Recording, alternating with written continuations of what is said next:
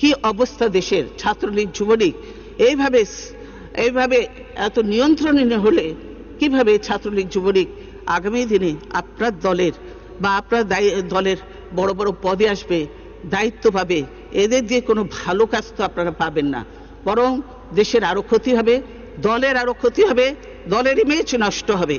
সেজন্য মাননীয় স্পিকার, এই সন্ত্রাস, টেন্ডারবাজি, এই যে এইসব বন্ধ করেন এবং যারা করছে এগুলি তাদের বিরুদ্ধে শাস্তিমূলক ব্যবস্থা গ্রহণ করেন।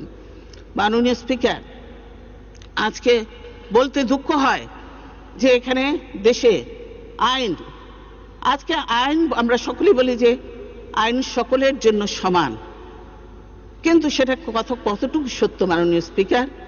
আইন সবার জন্য সত্য নয়, সবার জন্য সমান নয়।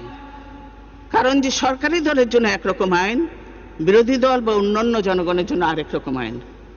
সরকারি দলের লোকজন মানুষ হত্যা করেও, নারী নির্যাতন করেও, লুটপাট করেও, যে কোনো অপকর্ম করেও তারা কোর্ট থেকে ছাড়া পেয়ে যায়, তারা বেল পেয়ে যায়, তারা এমনকি খুনের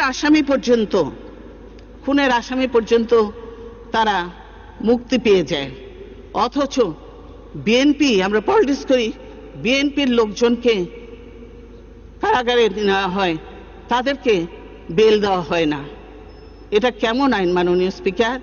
সেজন্য এখন সবাই বলে যে আজকে এই কোর্টটা কি বলে, নিরপেক্ষ নয়, কোর্ট নিরপেক্ষ নয়, আইন সবার জন্য সমান নয়, এবং এটাকে একটা নিরপেক্ষ কোর্ট বলে, জনগণের কোর্ট বলে না, এটাকে বলা হয় আওয়ামী কোর্ট।